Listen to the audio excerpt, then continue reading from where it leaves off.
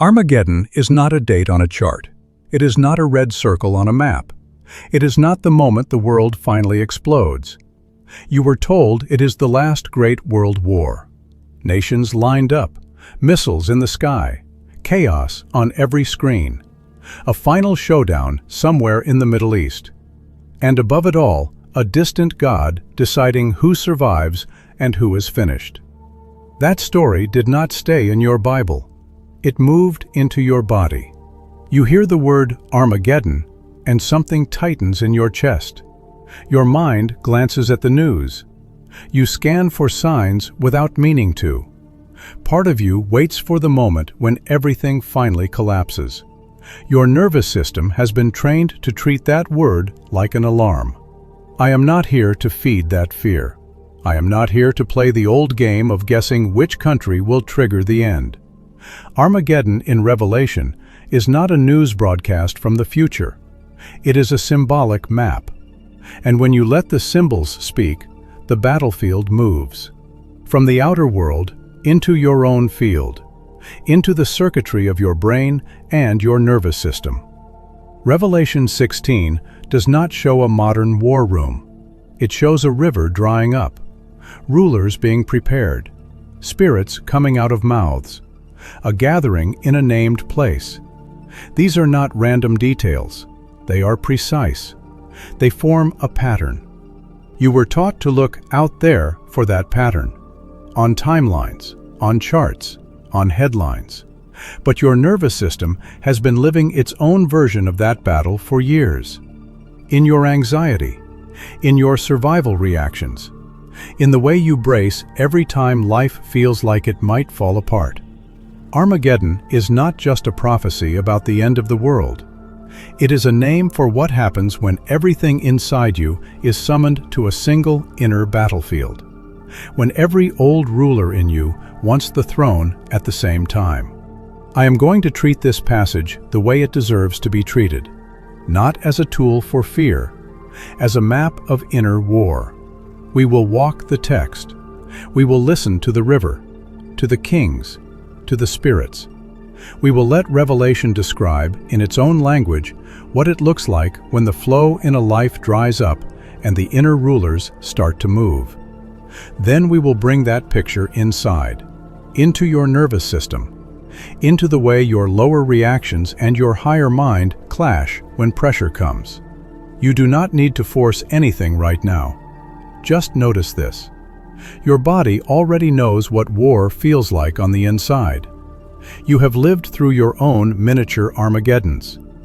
Moments when it felt like everything in you was rushing to the front lines at once. This teaching is not here to tell you that judgment is fake or that nothing matters. It is here to show you where the real battle has always been. Not over your head, inside your field. By the time we are done with this first part, the word Armageddon will not point only to a distant fear. It will point to a pattern you can recognize, a battlefield you can locate, and a place inside you where you are no longer just a terrified spectator. So we start with honesty, with the way the old story has lived in your body. Then we let the text speak. Then we map it inward. Armageddon is not waiting on a calendar. It is already rising and falling in you, and you were never meant to face that war blind. For many of you, Armageddon was not just a strange word in Revelation. It was the background hum of your childhood. Maybe you remembered charts on a wall, timelines with beasts and horns and nations. Somewhere near the end, one word circled in red: Armageddon. Maybe it came through movies instead. Explosions, smoke, people vanishing, sirens in the background, a voice saying, "This is it, the final battle." On the surface, it looked like Bible teaching or Christian entertainment. Underneath, your nervous system was learning a lesson. The world is fragile. The future is unsafe. At any moment, everything could end. When you were told that Armageddon was a guaranteed global war, you were also told something about yourself. That you are small. That you are mostly powerless. That history is a train you cannot slow down. Your only hope is to be on the correct side when it finally hits the wall. Notice what that did inside you. For many people, the word Armageddon still sends a little shock through the chest. The shoulders rise. The jaw tightens. The breath gets shallow. Not because bombs are falling, because the body remembers the story. Your whole system was wired to live in low-level threat mode. Maybe you sat through sermons where every new conflict in the world was treated like a sign. Every headline was a clue. Every crisis could be the beginning of the end. So you learned to live on edge, always watching, always waiting, half-braced for collapse. That posture does not turn off just because you deconstruct the doctrine in your mind. You can say, "I do not believe that old version anymore," and still feel a knot in your stomach when someone mentions Revelation or end times. Your thinking changed, but your field still holds the memory. Armageddon became more than a chapter in a book. It became a feeling, a pressure at the edge of your awareness. Be careful. The final war is coming. You might not be ready. So even simple things could feel heavier than they needed to be. Storm clouds on the news, talk of global tension, economic shakiness. Each one tugged on that old wire. This shapes choices more than most people admit. If the world is scheduled to burn, why invest deeply here? Why build something beautiful? Why admit what you truly desire? Part of you whispers, "It will all be taken away anyway." I am not saying everyone who taught you this meant harm. Most of them inherited the same fear. They thought they were warning you for your own good. But fear, even when passed on in love, still lands as fear. So if you still feel a jolt when you hear end times or great tribulation or Armageddon, that is not weakness. It is honest data from your nervous system. It is your body saying, "A heavy story has been living here for a long time." This is why we cannot just toss the doctrine and pretend everything inside is fine. You do not heal by pretending those reactions are gone. You heal by seeing what they were built on, by looking directly at the picture that shaped them. So we will not rush past this. We will honor the fact that Armageddon, as you were taught it, sat on your chest for years. Then we will do something most of us were never allowed to do. We will step back from the charts. We will drop the movie scenes, and we will look at what the text itself actually describes. River, kings, spirits, a gathering place with a name, because once you see the pattern in the passage, you can begin to see the pattern in yourself. And you may discover that the real Armageddon you have been living was never only about nations and missiles. It was about the way your inner rulers respond when the flow in your life suddenly dries up. That is where we go next. We open Revelation. We walk the scene slowly, and we let the symbols show us where this battle is really happening. Now we let the text itself rise. In Revelation, there is a scene where one of the bowls is poured out on a great river called the Euphrates. The river dries up. The way is prepared for the kings from the east. Then something strange happens. 3 unclean spirits appear. They come out of mouths, out of the mouth of the dragon, out of the mouth of the beast, out of the mouth of the false prophet. They are described as frog-like. They go out to the kings of the whole earth, to gather them, for the battle of the great day. And then this line, they are gathered to a place. The place has a name, Armageddon. That is the core picture, a river that stops flowing, rulers that can now move freely, spirits that leave mouths and influence the rulers, a gathering in a named place. Notice first what is not in this scene. There is no map of modern nations, no missiles, no tanks, no headlines.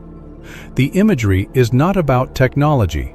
It is about flow, about rulers, about voices, about a field of gathering.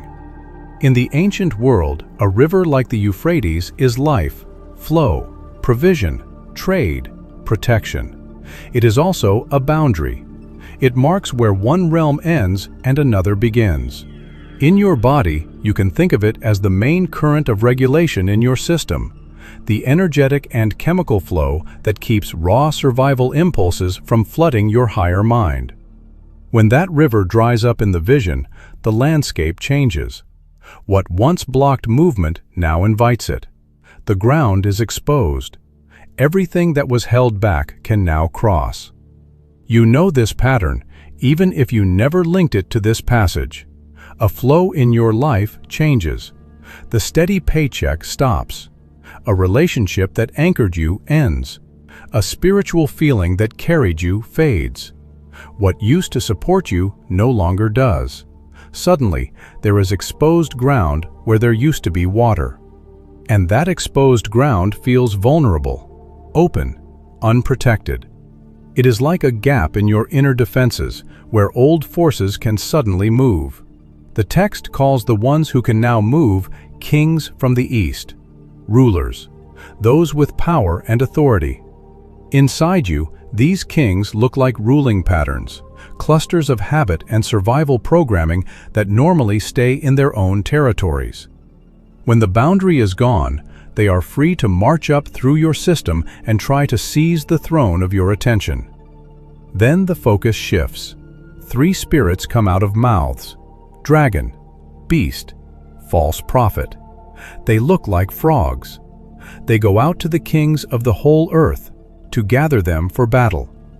Mouths are where words leave, where inner states become sound, where belief turns into speech. So this is not just about physical creatures. It is about currents that move through language, messages that leap from voice to voice. The spirits are called unclean. They do not come as calm, clear wisdom. They come with a charge, with agitation. They jump like frogs, from one ruler to another, from one seat of power to the next. They behave like primitive survival signals rising from the older layers of your brain, jumpy, cold impulses that leap up and hijack your thoughts and your mouth. You have felt this pattern too. A situation shifts. The flow dries up somewhere in your life, and suddenly there is a stream of thoughts and messages, inside and outside, that all push in the same direction. They are coming for you. You will not make it. This is the beginning of the end. In the vision, those messages do one main thing. They gather the kings. They pull rulers from many directions into one field, a single charged space, Armageddon. The text even interrupts the scene with a warning, a blessing over the one who stays awake, who keeps his garments, so that he does not walk exposed. Even in the middle of this so-called final war picture, the concern is not your passport. It is your state of wakefulness, your covering, how you stand when the flow dries up and the rulers are summoned. It is about the state of your inner circuit when pressure rises. Put the pieces together. A river that dries, exposed ground, rulers on the move, spirits from mouths stirring them, a named place of gathering, a call to stay awake and clothed. This is not a random horror image. It is a precise sequence, a pattern. We have not mapped it into the body yet. We have only let the vision speak in its own order. Flow removed, ground revealed, rulers prepared, voices stirring, a field of battle, a call to stay conscious. In the next movement, we will place this pattern inside you. We will let the river, the kings, the spirits, and the gathering place take their seats in your own inner landscape, so that when the flow changes in your life and your own kings begin to move, you recognize the pattern, not as the end of the world, but as the opening of a battlefield you were never taught to see. Take a breath and notice something simple. We have been talking about Armageddon for a while now. Your chest is still here. Your world has not ended, but the shape of the word inside you has started to move.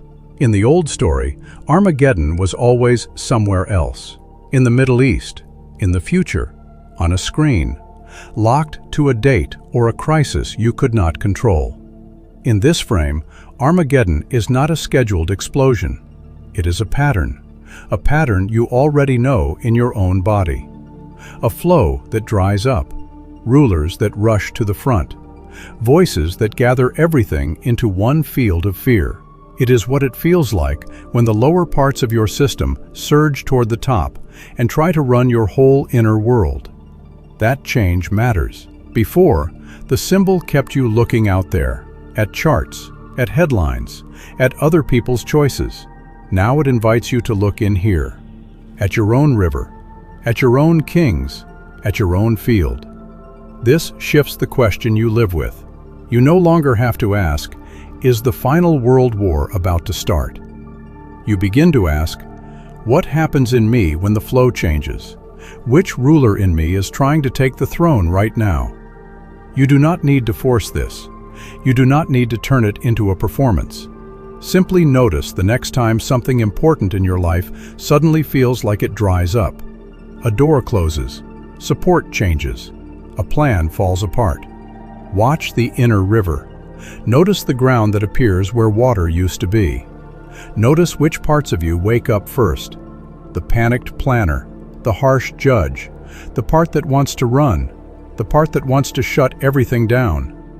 Listen for the voices that leap, the ones that speak from fear, from raw survival, from old stories about doom and failure. See how quickly they try to gather your entire inner field into one conclusion. This is the end. You will not make it through this. In that moment, remember the blessing hidden inside the Armageddon scene. Blessed is the one who stays awake, who keeps his garments, who does not walk exposed. Staying awake does not mean you never feel fear. It means you do not let fear be the only king in the field. Keeping your garments does not mean pretending everything is fine. It means refusing to strip yourself of your deeper identity when pressure comes. It means remembering that there is a higher center in you than the panic at the bottom. You will still have river seasons. Relationships will shift. Resources will rise and fall. Old supports will sometimes be removed. Nothing in this decode promises a life without shaking. What it does offer is different ground inside the shaking. You are not just a pawn on someone else's end times board. You are the inner land where the kings gather. You are the one who can notice which voice is gathering them. You are the one who can stand awake when the old story tries to drag you into automatic war. Part 1 of this teaching has done one clear thing. It has taken Armageddon down from the sky and out of the news cycle. It has placed it where Revelation has been pointing the whole time, in the field of your own consciousness, in the shifts of your own flow, in the clash of your own inner rulers when life changes. From here, Armageddon is no longer just a threat over your head. It is a lens in your hand, a way to read what is happening in you when your world feels like it is tilting, a way to see that you are not cursed. You are being shown your own battlefield. In the second part of this series, we will go deeper into the anatomy of this war. We will look at how your lower brain and your higher mind each reach for the throne when the river dries. We will map the dragon tone, the beast impulse, and the false prophet story onto real patterns in your system. And we will talk about simple ways to stand on your inner mountain when your next Armageddon rises. For now, let this be enough. Armageddon is not a distant horror waiting at the end of history. It is the name Revelation gives to the battle that has been raging in you every time your river dries up. You are not helpless in that field. You are not doomed by that symbol. You are being invited to see where the war really is, so that, at last, you can learn to stand in it, awake, clothed, and no longer ruled by fear.